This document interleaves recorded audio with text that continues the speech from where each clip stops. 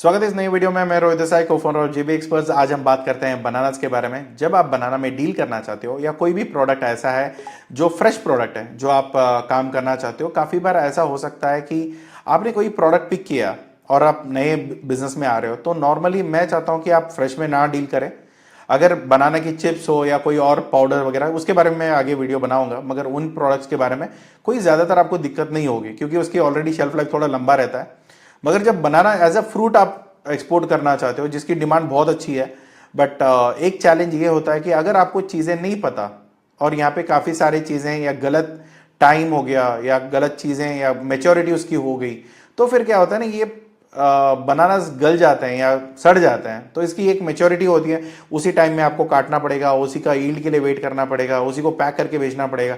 अगर कभी भी सडनली आप प्लान नहीं कर सकते, तो ये चीज़ें आपको प्रॉपरली ध्यान में रखना है। अगर ये फ्रेश टाइम आप पहली बार करते हो तो फ्रेश प्रोडक्ट, सिर्फ बनाने के बारे में नहीं है, कोई भी प्रोडक्ट आप फ्रेश में डील मत करो, क्योंकि आपके पैसे क्या होता है, एक तो लिमिटेड रिसोर्स होती है, कम पैसे में आपने बिजनेस शुरू करना होता है। अगर कहीं पे थोड़ी बहुत भी गड़बड़ हो गई ना तो बिजनेस खराब हो सकती है। तो ये आपको थोड़ा बहुत ध्यान में रखना है। तो ये आपको देख के चलिए। और यहाँ पे मेन रिक्वायरमेंट्स तो सारे एक्सपोर्ट में सेम ही रहेंगे, मगर यहाँ पे थोड़ी बहुत आपको एपेडा FSSAI का रजिस्ट्रेशन लगेगी और import export code, GST, FSSAI, APEDA, AD code registration, DSC for ICEGATE filing और उद्यम, अगर आप MSME का बेनिफिट लेते हो तो ये नॉर्मली प्रोसीजर्स सारा सेम ही है। इसमें ज़्यादातर कोई कंप्लायंसेस एक्स्ट्रा नहीं है जो नॉर्मली किसी और प्रोडक्ट में नहीं आता हो। तो इसका HS कोड यहाँ पे है।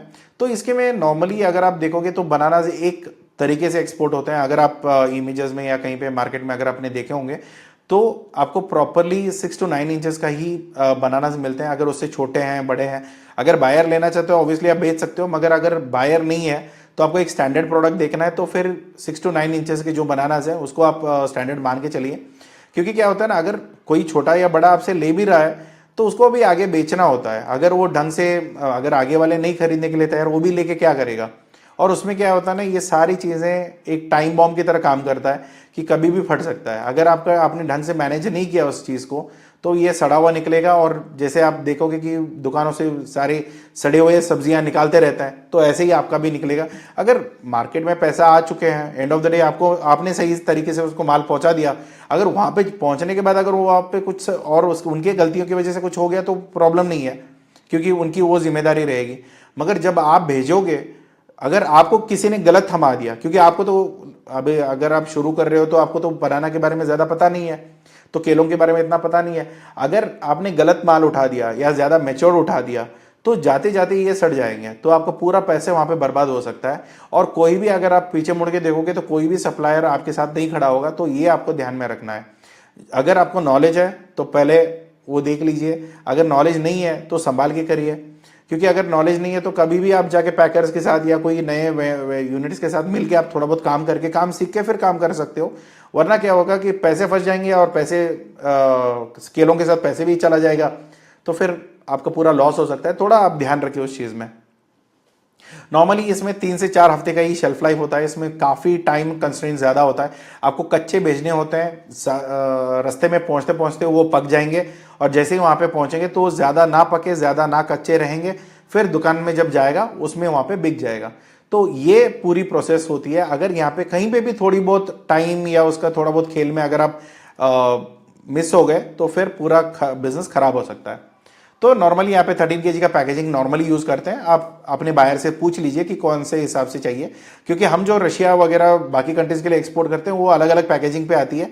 अगर ये एयरलाइन हो या किसी और इंडस्ट्री के लिए तो अलग चीज़ें जाती है, तो वो आप देख लो। तो बायर स्पेसिफिक या वाइट लेबल्ड, ये चीज़ें आप देखो। सो पैकेज हाउसेस हार्वेस्टिंग में नॉर्मली जब आप प्रोडक्ट को काट के उसको प्रोसेस करके करते हो, नॉर्मली इसमें वॉशिंग होती है, डिपिंग होता है, और इसकी जो बनाने की जो दूध निकलती है उसको क्लीन करना होता है। तो ये सारे स्ट्रेन निकालने के लिए होती है। और उसमें मेनली जो कीड़े जो भी लग चुके होते हैं या ऐसे कुछ भी अंदर रहता है, तो वो नॉर्मली उसको क्लीन करके प्रोसेस करके एक पूरा प्रोसीजर आता है, वो एक प्रॉपर साइंटिफिक तरीके से करना होता है। तो अगर इसमें इतना लेवल की जाने नहीं है, क्योंकि एंड ऑफ द डे आपको केले बेचने हैं, केले बनाने नहीं है। तो एंड ऑफ द डे अगर आप फार्मर नहीं हो तो इतने सारी चीज़ों की दिमाग में लेने की ज़रूरत नहीं है। But end of the day आपको बेचना है, उस पर ध्यान दीजिए, बाकी सब चीज़ें ऑटोमेटिकली हो जाएगा। अगर आप कल जाके, अगर आपका खुद का अगर आप एक पैकेजिंग हाउस खोलना चाहते हो तो नॉर्मली आपका एस्टिमेशन इतना तक आ सकता है, जहाँ पे अभी देखिए नॉर्मली क्या होता है ना, इंडिया में दो तरीके से पैकेजिंग होती है। एक तो जुगाड़ तरीके से, फार्म में सारा इक्विपमेंट ले गए, वहीं पे बाल्टी में केमिकल वगैरह डाल दिया, रेडी कर दिया, उधर ही धो के सब। केमिकल का मतलब हर बार बुरा नहीं होता है, कभी कभी क्या होता है ना, कीड़े मकोड़े निकालने के लिए केमिकल्स यूज किया जाता है, तो वो अच्छे के लिए होता है। तो काफ़ी बार ऐसा होता है कि नहीं केले पे केमिकल है, क्योंकि वो नॉर्मली कीड़े मकोड़ों की वजह से ज़्यादातर सड़ सकता है। कुछ चीज़ें नॉर्मली जब आप एक्सपोर्ट करते हो, स्पेशली इंडिया में तो कैसे भी आप मैनेज कर लो, मगर जब आप बाहर भेजते हो तो उसका कंटामिनेशन जो होती है ना, जो कीड़े मकोड़ों की वगैरह वगैरह, तो ज़्यादातर वो लोग पेस्ट का ज़्यादातर ध्यान रखते हैं, तो वो आपको समझना है।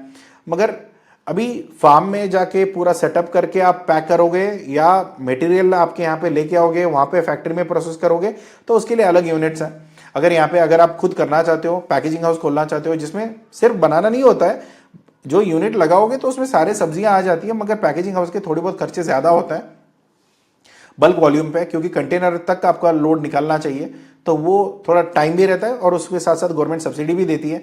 तो एपेडा की तरफ से अगर आपको कोई सबसे मतलब आप यूनिट सेटअप करते हो तो 40 to 75% का आपको सब्सिडी यहाँ पे मिलेगी।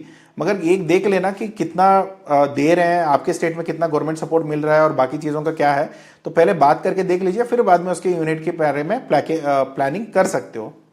तो नेक्स्ट आता है कि इसका अल्टरनेटिव ऑप्शंस क्या है, कि हाँ अगर इनके पैकेज हाउसेस हैं वो वहाँ पे आप काम कर सकते हो, या जो फार्मर्स की एसोसिएशंस होती है वहाँ पे भी आप प्लान अप करके, वहाँ पे ऑलरेडी उनका पैकेजिंग चल रहा है तो उनकी फैसिलिटी यूज़ करके भी आप कर सकते हो। तो एक्सपोर्ट करने के लिए दो तीन तरीके हैं, कोई ऐसा नहीं कि आपको यूनिट पे ही जाके करना है। काफ़ी बार इसका खर्चा आता है पर बॉक्स के बेसिस पे या कंटेनर के बेसिस पे या पर केजी के बेसिस पे। तो ओवरऑल आप देख लो कि कैसे आपको वर्कआउट होगा और कौन से रीजन पे हो। यहाँ पे आंध्रा में भी मिलेगा, कर्नाटक में कुछ अलग तरीके से पैकेजिंग होती है, महाराष्ट्र में अलग होता है, केरला में अलग होता है। तो उस हिसाब से देखो कौन से रीजन से आप मटेरियल उठा रहे हो और किस फार्मर्स के साथ आपका पाला पड़ा हुआ है, तो वहाँ पे देख के आप मटेरियल वगैरह ठीक है सब कुछ देख के फिर प्लान करिए, वरना फिर यहाँ पे ज़्यादातर आपको दिक्कत होने का चांसेस ज़्यादा होता है। तो यहाँ पे नॉर्मली हार्वेस्ट बनाना, जब भी आप बनाना हार्वेस्ट करते हैं, जो नॉर्मली काट के उसको रेडी करते हैं, तो इसमें काफ़ी सारी चीज़ें निकालनी होती है, उसको ड्राई वॉश करना होता है, पैकेजिंग करनी होती है, फिर इसको पैथोसैनिटरी का सर्टिफिकेशन चाहिए होगा, फिर उसके बाद आप कंटेनर में लोड करते हो। तो नॉर्मली ड्राई कंटेनर्स इंडिया में यूज़ करते हैं, ऑब्वियसली कॉस्ट बच जाता है, पैसे बच जाता है। तो रीफर लेंगे तो महंगा पड़ेगा, टेम्परेचर कंट्रोल रहेगा, मगर वहाँ पे कोई ऐसा आइसक्रीम वाला सीन नहीं है कि हाँ -18 डिग्री या -24 डिग्री पे लेके जाना है। ये नॉर्मली 13 to 14 डिग्री का टेम्परेचर वाला खेल है। तो इसको नॉर्मली आपको क्या करना होता है कि अगर आपने रीफर लिया तो लंबे रास्ते के लिए अगर आप ले रहे हो तो रीफर आपको चाहिए। अगर आप एक शॉर्ट डिस्टेंस ले रहे हो, 2-3 दिन का ही है, तो ढंग से अगर कच्चा अगर हम भेज देंगे, जाते जाते पक भी जाएगा, तो कोई परेशानी नहीं है, तो फिर आप ये प्लान कर सकते हो। अगर लंबा रास्ता है तो बिल्कुल ही आप रीफर के बिना तो कर ही नहीं सकते। तो उसका खर्चा क्या है ना, कि रीफर कंटेनर का खर्चा अपना खर्चा है, तो वो भी देखना होगा कि इतना कंटेनर का खर्चा उठाने के बाद मैं फायदे में रहूंगा या नुकसान में रहूंगा, बायर कितना पैसा दे रहा है, ये भी मैटर करेगा। तो ये थोड़ा आप हिसाब लगा के कैलकुलेट कर लो, क्योंकि अभी जो हमारे रशिया में जाते हैं ये सारे रीफर कंटेनर्स में ही जाते हैं, इसमें कोई वो नहीं है। तो हार्वेस्ट जब करते हैं तो 75% मैच्योरिटी रहती है। 75% क्यों, कि ये कच्चे रहने चाहिए, अगर ज़्यादा ही पक गए तो फिर वो खराब है। अगर आपने कभी बिरयानी वगैरह खाई होगा तो पता होगा कि चावल कितना पकना चाहिए, कितना उसमें दम देंगे, तो ये सारी चीज़ें उसी हिसाब की है, कितनी मात्रा में सब कुछ होना चाहिए ये आपको पता होना चाहिए। अगर नहीं पता या पता करने का तरीका नहीं पता तो भी आपका बिजनेस फंस सकता है। तो थोड़ा इसका ध्यान रखिए, तो फिर आप बचे रहोगे, वरना फिर पैसे ही ज़्यादा ही मुश्किल हो जाएगी। तो यहाँ पे लेटेक्स निकालनी होती है, जो एक दूध जैसी मटेरियल होती है, तो वो निकालना होता है। उसमें ज़्यादातर जो भी कीड़े मकोड़े हैं सारे साफ करने होते हैं, जो ऑलरेडी मैंने बताया हुआ है। तो अगर बायर को ये ओवर राइप मिला, मतलब ज़्यादा ही पका हुआ मिला, तो भी आपका पैसा नुकसान हो सकता है। थोड़ा इसमें थोड़ा आपको वेदर का, डिलेज का, देखो क्या रहता है ना कि पेपर की कंट्रोल हमारे पास नहीं है, कस्टम का कंट्रोल हमारे पास नहीं है, वेसल का कंट्रोल हमारे पास नहीं है। ज़्यादातर चीज़ें यहाँ पे एक्सपोर्ट में जब आप करते हो कुछ हद तक आप कंट्रोल कर सकते हो, कुछ चीज़ें आपके हाथ में बिल्कुल ही नहीं है। तब आपको क्या करना होता है कि भगवान पे भरोसे काम करना होता है या आगे वाले के भरोसे पे। अगर आगे वाला ठीक निकला तो अच्छी बात है, वरना फिर आपको दिक्कत हो सकता है। तो जब भी आप बनाना में ट्रेड करते हो तो पहले ये देख लो कि अगर आपकी मैच्योरिटी ठीक है ना, तो पहली बड़ी प्रॉब्लम तो वो है कि सही मैच्योरिटी पे आपने माल उठाया तो आगे की अगर थोड़ा भी डिले होता है तो भी आपको परेशानी नहीं होती। मगर आपने मटेरियली गलत मैच्योरिटी पे उठाया, ऑलमोस्ट 90-95% का मैच्योरिटी आ गया, तब आपने उठाया, तो ज्यादातर आपका मटेरियल वहां पे सड़ा हुआ मिल सकता है। ये आपको ध्यान में रखना है। कितना दिन ट्रांजिट है ये भी आपको ध्यान में रखना है। इसमें नॉर्मली क्या होता है कि बनानास का अपना हीट होता है, क्योंकि ज्यादातर अपने आप ही पक जाते हैं, तो या कुछ चीजें नहीं पकती तो वो केले के साथ रखोगे तो जल्दी पकेगा। तो ये भी होम रेमेडी है काफी चीजों के लिए। तो इसलिए क्या होता है कि अपनी गर्मी की वजह से जल्दी पकता है ना, तो उसको अभी पहले ठंडा कर दो, सो दैट वो जाते जाते अपने टेम्परेचर पे आ जाता है। तो ये भी करने से आपकी अगर आपने गलत मेच्योरिटी पे उठाया, चाहता हूं मत उठाओ, अगर उठा भी लिया तो भी उसको आप ठंडा करके फिर बाद में निकाल सकते हो, सो दैट वो जल्दी पके ना। तो 1-2 दिन का उसमें ग्रेस मिल जाती है, तो उतने दिन में मटेरियल वहां पे पहुंच जाएगा तो क्लियर हो जाएगी, तो कोई प्रॉब्लम नहीं है। अगर गलत यहाँ यहीं पे पका हुआ है, फिर यहाँ पे पकने तक आ गया, फिर आपने कोई ट्रीटमेंट उसका नहीं किया, आपने ऐसे ही उधर आगे भेज दिया, तो हो सकता है कि ये मटेरियल वहां पे सड़ा हुआ निकलेगा। तो नॉर्मली ड्राई कंटेनर कब यूज करना है? पैसे तो बचना है, वो बात तो सही है, मगर अभी ड्राई कंटेनर कब यूज करोगे? 3 से 5 दिन के बीच में, क्योंकि उसका हफ्ते भर का शेल्फ लाइफ है, तो उसके बीच में आप देख के प्लान कर सकते हो। तो अगर रशिया भेज रहे हो तो बिल्कुल आप नहीं यूज कर सकते, क्योंकि वहां पे रशिया में जो पैसे मिलते हैं ना, वो अच्छे भी मिलते हैं। ऐसा नहीं कि जो दुबई का रेट है उसमें नेगोशिएट करो, पैसे भी पहले नहीं मिलेंगे, सारा हमारे ही लोग बैठ के हमें लूट रहे हैं, ऐसी वाली बात वहाँ पे रशिया में नहीं होती है। तो नॉर्मली पैसे अच्छे मिल जाते हैं, रीफर कंटेनर में आप आराम से ऑफर करके भी भेज सकते हो, वहाँ पे कोई प्रॉब्लम नहीं है। वरना क्या होगा कि मटेरियल गलत चला जाएगा, सड़ा हो जाएगा, तो फिर बायर बुरा मानेगा, फिर वो भी पैसे या बिजनेस आगे आने वाले बिजनेस भी नहीं आएंगे। तो ये मेन चीज़ें हैं। तो लॉजिस्टिक्स और शिपिंग में क्या होता है कि यहाँ पे आप ये प्लान कर सकते हैं कि जो पोर्ट जहाँ पे मटेरियल बनती है या जहाँ पे मटेरियल मिलता है, वहाँ से अगर आप यूज़ करोगे तो वो नॉर्मली बेनिफिशियल है। काफ़ी लोगों का ये सवाल होता है, सर पोर्ट कहाँ पे होना चाहिए, या मेरे नज़दीक होना चाहिए या मटेरियल के नज़दीक? नॉर्मली क्या होता है, मटेरियल के नज़दीक होना चाहिए। आपके नज़दीक होने से कोई फ़ायदा नहीं है। अगर मैं बैंगलोर में बैठा हूँ, अगर मुझे यहाँ पे पोर्ट बैंगलोर में चाहिए, मगर मटेरियल सारा चेन्नई का है, तो end of the day port मुझे यहाँ पे बैंगलोर में रख के क्या फ़ायदा? मैं चेन्नई से यहाँ मंगाऊंगा, फिर वहाँ पे कहीं और भेजूंगा, तो कोई मतलब नहीं है, डबल उसके चार्जेस लगते हैं। हमेशा क्या होता है, एक्सपोर्ट बिजनेस पूरी कॉस्टिंग पे होता है। तो आपको कहाँ मटेरियल कहाँ पिक करते हो, कहाँ मटेरियल प्लान करते हो, कैसे पैक करते हो, उसको कहाँ से भेजते हो, ये सारी चीज़ें देखनी होती है। और उसमें भी क्या होता है कि अगर आपने कहीं पे गलत पोर्ट पिक किया है, थोड़ी ट्रांसपोर्टेशन ज़्यादा लग रहा है, तो भी आप थोड़ा देख लो कि कंटेनर कहाँ पे सस्ता मिल रहा है, कहाँ पे आपको भेजना है। तो ये कैलकुलेशंस काफ़ी इंपॉर्टेंट होती है आपके प्राइसिंग के पॉइंट ऑफ व्यू। जिसमें प्रॉफिट ही कम है उसमें जाके आप गलती करोगे, फिर उसमें जाके कॉस्टिंग जोड़ते जाओगे, तो आप end of the day loss में चलते जाओगे, तो इसमें कोई फायदा नहीं होता। वैसे भी एग्रो प्रोडक्ट में, स्पेशली फ्रेश प्रोडक्ट में ज़्यादा मार्जिन नहीं होते हैं, तो ये आपको ध्यान में रखना है। तो 40 फीट कंटेनर रीफर आप यूज़ कर सकते हो। अगर यूएई के अलावा अगर कहीं और आप भेज रहे हो, अगर पैसे अच्छे मिल रहे हैं तो बिल्कुल प्लान कर लीजिए।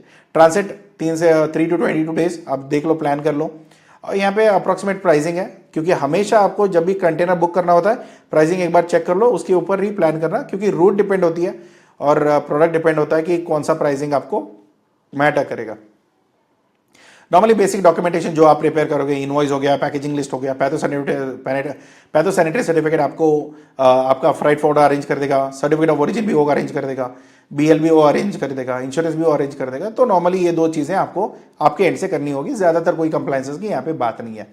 अगर फार्म से आप 220 पे उठाते हो, 60 रुपीज़ का आपका पैकेजिंग और लेबर वगैरह लग गया, फिर वहाँ पे लोकल पैकेजिंग का आपने देख लिया, फिर यहाँ पे फ्राइट फॉर्ड का जो खर्चा है वो है, फिर उसके बाद डॉक्यूमेंटेशन की जो खर्चा है, तो ओवरऑल आपको यहाँ पे 325 लैंडिंग मिलना चाहिए FOB पे। उसके बाद आप देखोगे कि वहाँ पे बेचोगे कितने में, तो 200 रुपये का प्रॉफिट आप यहाँ पे फॉर 30 एक बॉक्स के ऊपर आप 200 रुपये का अप्रॉक्सीमेट मार्जिन रख के चल सकते हो। कि अगर सर काफ़ी बार ये मार्जिन नहीं मिलता है, देखो कि मार्केट कौन सी है। अगर आपके फेवर में मार्केट है या मार्केट में ज़्यादातर ऑलरेडी सप्लाईज है, वहाँ पे आप कुछ और करना चाहते हो, तो फिर ये चीज़ें आपको नहीं मिल सकती है। तो पहले प्राइस नेगोशिएट कर लो, पहले देख लो कि क्या प्राइसेस मिल रहा है मार्केट में, तो उसके बाद आप ये आगे देख सकते हो। तो नॉर्मली मार्केट स्टैंडर्ड 500-550 के बीच में है। अगर आप रशिया में वगैरह थोड़ा काम करते हो, 100 रुपये ज़्यादा मिल सकता है। थोड़ी बहुत अगर आपकी नेगोशिएशन अच्छी है, थोड़ी उससे ज़्यादा भी मिल सकती है, राइट। तो मार्केट यहाँ पे आप कैसे रीच करोगे? एक तो ऑब्वियसली जो बायर सेलर मीट एपेडा करता है उससे आप बेनिफिट ले सकते हो, एम्बेसी वालों का डेटा है वो अवेलेबल ले सकते हो। एक्सपोर्ट एग्जीबिशंस होते हैं, वहां पे आप ले सकते हो। तो काफी लोगों का ये कहना होता है सर ये सारे डेटा तो सबके पास है। देखो एंड ऑफ द डे क्या है ना, बायर तो सबके पास ही होते हैं। कोई भी रेड कार्पेट डाल के आज मैं धंधा कर रहा हूँ, रोहित भाई आके मुझे माल देंगे तब तक मैं नहीं करूंगा धंधा, ऐसा तो कोई नहीं बैठा होगा। सब अपने अपने तरीके से, अपने अपने जुगाड़ से कोई ना कोई कुछ तो करते ही होंगे। बस आपको ये देखना है कि आप मार्केट के लिए नया क्या लेके आ रहे हो। ऐसा नया का मतलब कुछ नहीं और नहीं होता, कहीं ना कहीं कुछ तो बेनिफिट दिखना चाहिए, वरना फिर आपके सिवाय कोई भी कर सकता है, राइट। तो ये बड़ा प्रॉब्लम आ जाता है। तो आप देखो कि आप कहाँ पे वैल्यू निकाल सकते हो और क्या चीज़ें आप बता सकते हो। कुछ चीज़ें पैकेजिंग में इंप्रूव हो सकती है, कुछ चीज़ें प्रोडक्ट में इंप्रूव हो सकती है, कुछ चीज़ें ऑपरेशन में इंप्रूव हो सकती हैं। कहीं ना कहीं काफ़ी बार ये होता है डिलेज होता है, तो ये चीज़ें आप थोड़ी बहुत अर्जेंटली निकाल सकते हो। तो ये सारी चीज़ें यूएसपी होता है। अगर नहीं है तो क्रिएट करना आपकी जिम्मेदारी है, क्योंकि एंड ऑफ द डे आपका बिजनेस है। अगर ऐसा कुछ नहीं है तो फिर आपको कोई मदद चाहिए होगा तो फिर हमसे बात कर सकते हैं। यहाँ पे ऑनलाइन चैनल्स भी आप यूज कर सकते हो। लिंक्डइन आप बेस्टली यूज करिए, क्योंकि लिंक्डइन पे ही ज्यादातर बिजनेस बनता है, वो आप प्लान कर सकते हैं। व्हाट्सएप आउटरीच पे प्लान कर सकते हैं। B2B प्लेटफॉर्म्स हैं, अलीबाबा हो गया, गो फॉर वर्ल्ड बिजनेस हो गया, तो यहाँ पे आप लिस्ट करके वहाँ पे भी आप बेच सकते हो। But end of the day ये मैटर करेगा कि लीड आपको वहाँ पे ट्रायल बेसिस पे अगर मिलता है तो एक बार ट्राई करके फिर एनरोल कर लो, वरना फिर आप एक बार ट्राई करने में कोई प्रॉब्लम नहीं है, क्योंकि बिजनेसेस हर जगह से आती ही है, राइट। तो यहाँ पे बेसिक कम्युनिकेशंस क्या होना चाहिए कि हाँ मैं एक सर्टिफाइड एक्सपोर्टर हूँ और मेरा ये बिजनेस है और मैं यहाँ से करता हूँ और ये वॉल्यूम पे मैं यहाँ इस कंट्री में भेजता हूँ, और अगर आपको ज़रूरत है तो प्लीज़ बात करिए। तो अगर किसी को बात नहीं करना, काफ़ी लोग बोलते हैं यार मुझे क्यों मैसेज भेजते हो, तो मैसेज नहीं भेजना है तो एंड ऑफ द डे मुश्किल हो जाएगी। कुछ लोग मिलते हैं ऐसे, बुरा मानने की बात नहीं है, कुछ लोग मिल जाते हैं ऐसे, तो थैंक यू बोल के आप हट सकते हो। तो मैंडेटरी एक्सपोर्ट डॉक्यूमेंटेशन होती है, जो मैंने ऑलरेडी पहले भी बताया कि कमर्शियल इनवॉइस आप बनाओगे, पैकेजिंग लिस्ट आप बनाओगे, पैथोसैनिटरी फ्राइट फॉर्वर्डर बनाएगा, certificate of origin freight forwarder, bill of lading freight forwarder, insurance certificate freight forwarder, और फिगमेंटेशन भी फ्राइट फॉर्वर्डर बना के आपको दे देगा। तो ज्यादातर चीजें यहाँ पे फ्राइट फॉर्वर्डर के एंड पे ये सारी मैनेज हो जाएगी। कॉमन चैलेंजेस यहाँ पे क्या हो सकता है, ओवर राइप्ड हो सकती है। बड़ी प्रॉब्लम तो वही है, क्योंकि सड़ा हुआ मिलेगा तो उसका पैसे तो नहीं मिलने वाले, सड़े हुई चीज का कोई भी पैसा नहीं देता है। तो आपको सही चीजें हार्वेस्ट करनी है, जब ग्रीन होता है प्री कूल करना होता है और क्विक डिस्पैच करनी होती है। अगर ये चीजें नहीं हो पाती है तो फिर सोच लेना कि अगर आपने थोड़ी ओवर मैच्योर ले लिया तो भी आप एक्सपोर्ट कर, अगर आपने प्रोक्योर कर लिया, अगर आपने टीम ने कोई गलती कर दिया है, फिर भी आप उसको लोकल मार्केट में भी निकाल सकते हो, या उसको कुछ और चीजें बना के भी आप बेच सकते हो। बट कभी भी एक्सपोर्ट मत करना, क्योंकि अगर आपने एक रिस्क ले लिया, वहां पे पहुंचते पहुंचते आपका माल पूरा सड़ जाएगा, तो उतना ध्यान रखिए। तो क्वालिटी रिजेक्शन हो सकती है, पोस्ट हार्वेस्ट जो इंफ्रास्ट्रक्चर्स हैं, प्रोसेस ठीक से नहीं हुआ है, कीड़े मकोड़े हैं, कुछ इन्फेक्शन लग चुकी है, तो फिर वो सारे बनाना रिजेक्ट होंगे। और जो रिजेक्ट होगा इसका मतलब ये है कि सीधा सीधा आपका पैसा गया।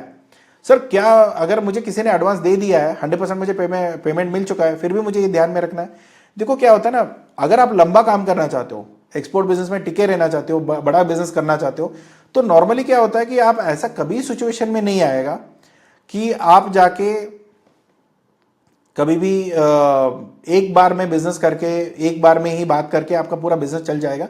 ऐसा कभी नहीं होता है। आपको हमेशा ध्यान में रखना है कि लंबा बिजनेस देखे और ईमानदारी से सब कुछ करे, सो दैट आपका बायर खुश रहे। क्योंकि क्या है ना कि अगर बायर को कोई लॉस हो जाता है, इनडायरेक्टली वो आपका लॉस है, क्योंकि वो आगे ऑर्डर देगा नहीं, और जब ऑर्डर नहीं मिलने वाली और बिजनेस आगे नहीं बढ़ सकता तो फिर कोई चीज नहीं बन पाएगी। और क्या होता है ना, बिजनेस तब बड़ा बनता है जब आप करेंट कस्टमर्स को साथ में रखोगे और नए कस्टमर को जोड़ोगे। अगर यहाँ पे ऐसा है कि बायर आ रहा है जा रहा है, तो फिर कोई बात नहीं है, फिर आप ज्यादा दिन नहीं चल पाओगे, या आपको हर बार उतनी ही मेहनत करना पड़ेगा, क्योंकि एक कंटेनर निकालने के चक्कर में। हमारे लिए कॉस्ट ऑफ प्रोक्योरमेंट या जब कॉस्ट ऑफ मार्केटिंग कम किस लिए होता है, क्योंकि हम जब मार्केटिंग करते हैं ना, तो एक बायर आ गया उसको पकड़ के रखते हैं और साथ में नए ऑर्डर जोड़ते हैं। तो क्या होता है कि जो पुराना बायर है, जो अभी ऑलरेडी एक बार ले चुका है, वो बार बार जब ऑर्डर देता है ना, तो वहां पे हमारी मार्केटिंग कॉस्ट कम होती है। सिर्फ फॉलोअप्स ही होता है, फॉलोअप्स करो और ऑर्डर निकालो और एग्जीक्यूट करो, वहां पे कहीं पे भी आपको परेशानी नहीं होती है। ये काफी इंपॉर्टेंट चीज होता है। तो स्केल ऑफ ऑपरेशंस और विजिबिलिटी आप देख सकते हो।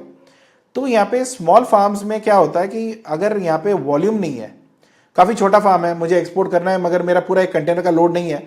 देखो क्या होता है ना, काफी बार 6 रुपए का माल होता है, 12 रुपए का लॉजिस्टिक लगता है। तो ऐसे दिक्कत अगर आप आधा कंटेनर ही उसमें भेज रहे हो, एक तो महंगा लॉजिस्टिक ही है और उसमें भी आप आधा बेचते हो, तो फिर इसमें नुकसान ज़्यादा हो सकता है। और किसी का आधा फार्म या मतलब आधा लोड किसी और का है, आधा लोड मेरा है, ऐसे भी आप फ्रेश फ्रूट में नहीं कर सकते क्योंकि एक टाइम बाउंडेड है।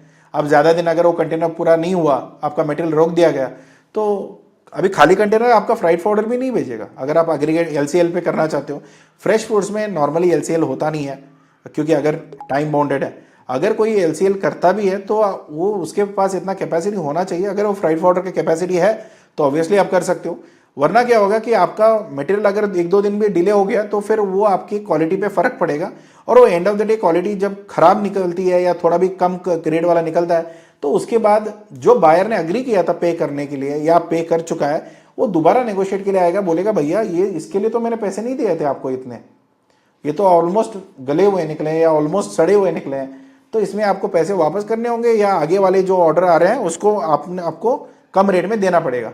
तो ये मैनेज करनी होती है। तो इसलिए ज़्यादातर आप क्या करो कि फ्राइड पाउडर ढंग से रखो, और जब भी आप छोटा वॉल्यूम पे काम करते हो तो पहले देख लेना कि वो छोटे वॉल्यूम पे कर भी सकते हैं या नहीं।